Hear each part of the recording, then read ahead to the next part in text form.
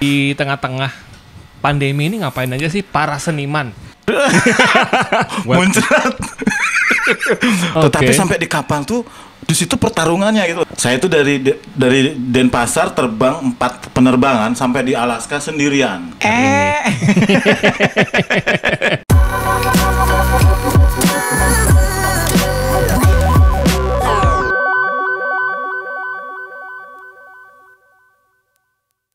One two, hello semuanya. Balik lagi dengan saya Dedi Christian dan saya kedatangan seorang tamu nih hari ini. Dan dia baru sebentar jadi manusianya. Iya. Sebelumnya adalah seorang malaikat. Welcome to Earth. Muncrat. Oke. Kita karena dekat sama seseorang yang sangat agung, sangat grand. Oh. Gitu ya. Wow. Jalan Gunung Agung kan ini. Gunung Agung, ya. Jadi namanya Satria Welang, dikenal dengan nama itu. Satria Welang adalah menurut aku minimal ya, menurut aku dia adalah salah satu tokoh sastra, tokoh muda ya, masih muda dong. Hah? Tokoh muda, tokoh sudah tua ya. banget. Enggak, bukan tokoh muda. Oh my god. Masih tokoh sastra dan juga tokoh teater yang luar biasa di Bali kayak gitu. Nah, biasa aja. Yuk skip bagian itu ya. Diedit. Udah langsung edit gitu ya. Next ya. ya. Apa namanya luar biasa sih dia. Jadi itu sih. Kita terakhir kapan ketemu ya? Terakhir ketemu waktu aku belajar fotografi. Luar biasa loh dia ini. Seorang yang nyeni banget dan berani mati. Dan berani mati banget. Pokoknya ceritanya tuh gini, si Satria Welang ini, saya panggilnya Moch ya. Yeah. Moch tuh karena namanya di depannya itu adalah Muhammad. Ya. MOCHAMAD kayak gitu udah. Dan dia tuh pemberian DJ siapa tuh teman kita, Kocet. Oh iya, DJ Kocet. Shout out to DJ. Jadi dia yang Kocet. manggil saya Moch pertama kali. Hey DJ Kocet. Iya, dia dengan topeng perampoknya dia zaman dulu masih kan. Ganteng saya dia. Oke, kembali lagi ke laptop. Jadi gitu. Jadi intinya apa namanya? Tokoh sastra, tokoh apa namanya? Geruduk seni lah ya. Oh ya. Teater. Tapi dia di sini sebagai teman saya. Iya. Kita berteman sudah lama sekali. Pernah kerja bareng di suatu organisasi perusahaan ya. Dari tahun berapa tuh? 18-15? 18-19 Mbak Eva dong. Maaf Mbak Eva. Sorry, kita sering itu kangen-kangenan ya. Sering ngomong yang nggak jelas. Nggak gitu. jelas.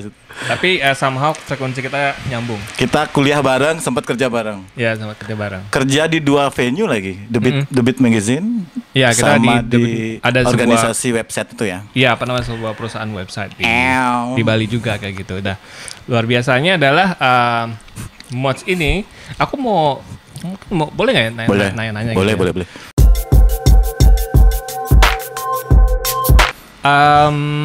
Di tengah-tengah pandemi ini ngapain aja sih para seniman?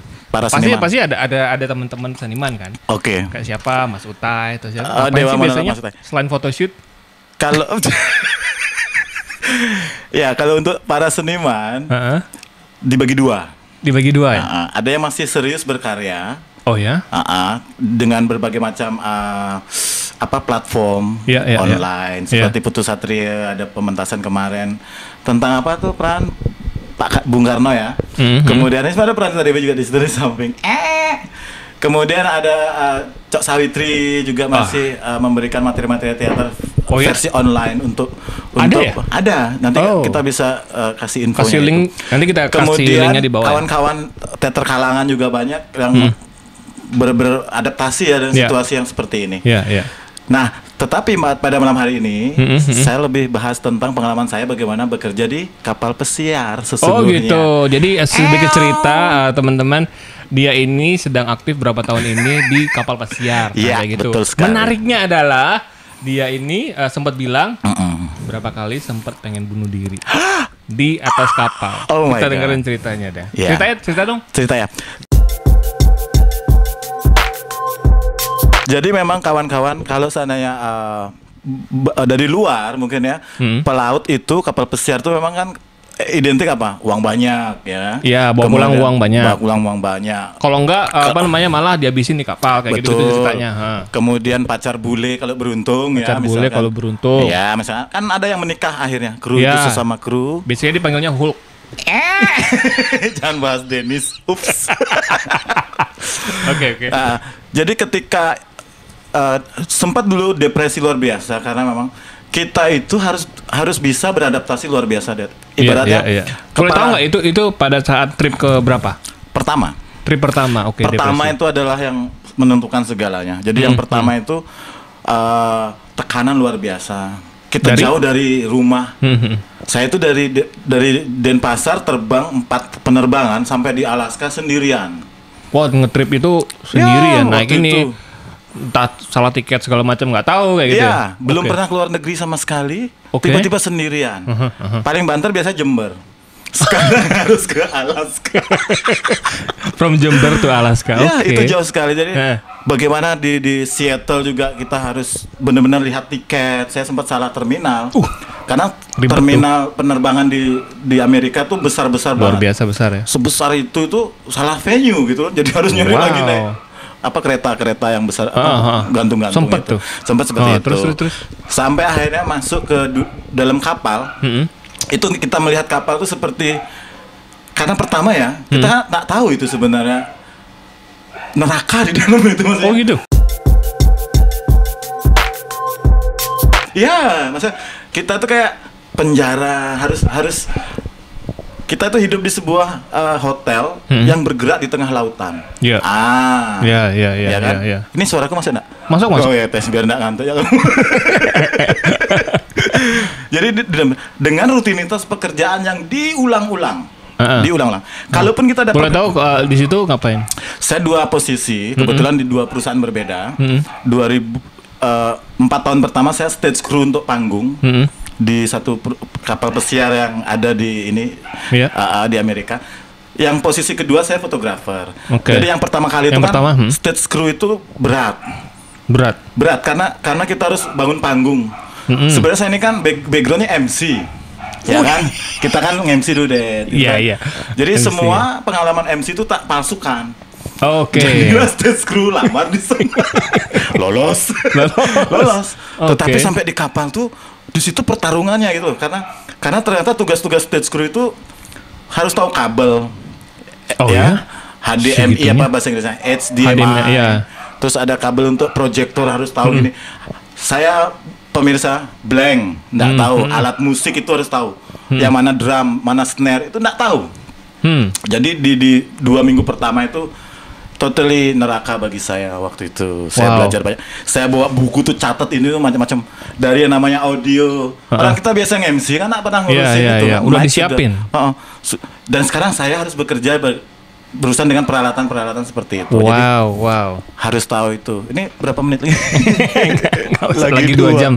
Lagi 2 jam. Lagi 2 menit, cepet banget. Apa? Ya makanya nanti kita ada 5 part nanti. 5 part. Oke, 5 part. Nggak apa namanya. Tapi di momen-momen kayak gitu tuh biasanya kan nggak semua orang bisa handle sikapnya gimana gitu. Nggak semua orang kan. What did you do ketika tekanan itu begitu besarnya itu datang kayak gitu?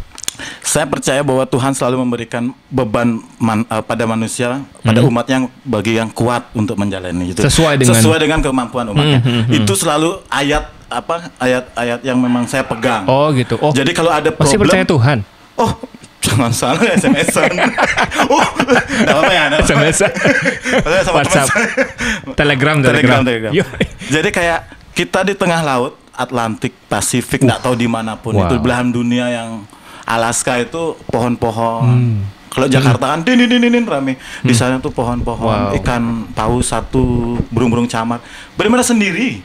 Jadi saya tuh terasing dan melihat bangsa kita Indonesia itu sangat jauh, entah ada di mana itu loh.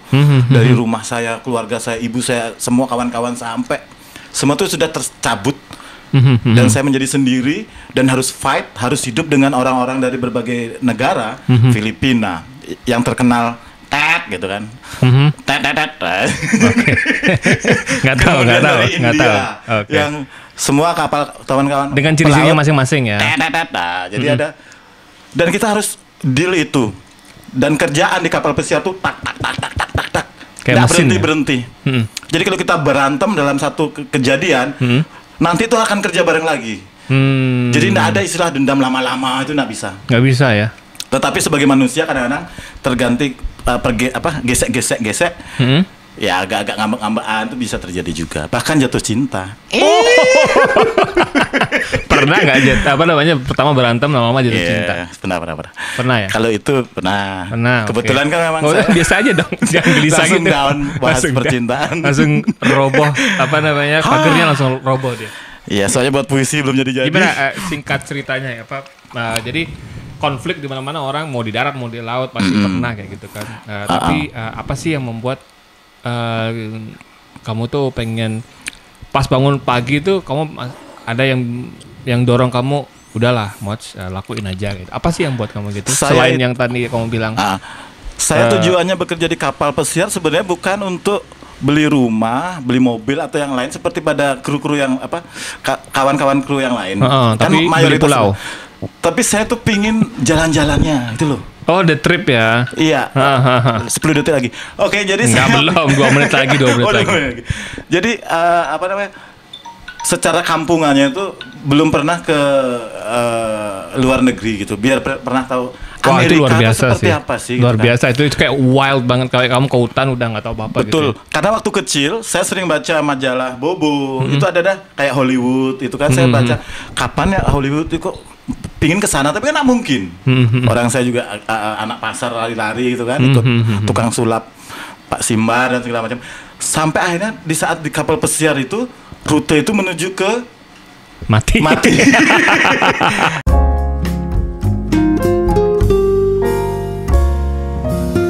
2,000 years later. Oke, jadi tadi sampai di mana tadi? Lupa dong, bisa di remind aja.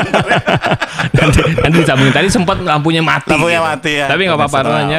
Kita terinspire banget sih dengan tentang Hollywood. Oh, Hollywood. Jadi saat kecil saya kan ada hidup di pasar karena ibu saya orang pasar, bapak saya juga orang pasar. Jadi saya kecil tuh lari-lari di pasar, ada majalah-majalah bekas, penjual majalah bekas tuh saya baca-baca majalah Bobo. Kemudian saya lihat ada Hollywood, terus ada kayak bintang-bintang itu terobsesi itu loh. Oh. Kayak suatu hari aku ingin ke Amerika itu kan. Gimana caranya? Jadi targetnya adalah mengalami. Betul. Dan hidup tuh seperti Pak Mario Teguh, tahu-tahu. Tahu-tahu udah umur sekian. Oh, tahu-tahu sini. Tahu-tahu udah di Hollywood itu. Sampai saya pikir. Ketika melihat buku tulisan Hollywood itu, oh my god. Mimpi si anak kecil tuh tiba-tiba ada. Gitu. Jadi kalau kita percaya, believe malah kiri sama Whitney Houston. You will when you believe. Yes. Jangan pernah merasa down. Punya impian, selalu semangat. Wow, luar biasa sih. Itu luar biasa sih. Itu nggak akan terjadi ketika kamu tidur di rumah nonton YouTube dan Instagram tiap hari ya. Iya, betul. Hanya ketika kamu mencoba sesuatu yang asing buat kamu. Betul. Mantap. Oke, luar biasa Kakak Moch atau Kakak Satria Welang. Kamu ada page atau ada hal apa? Moch Satria Welang.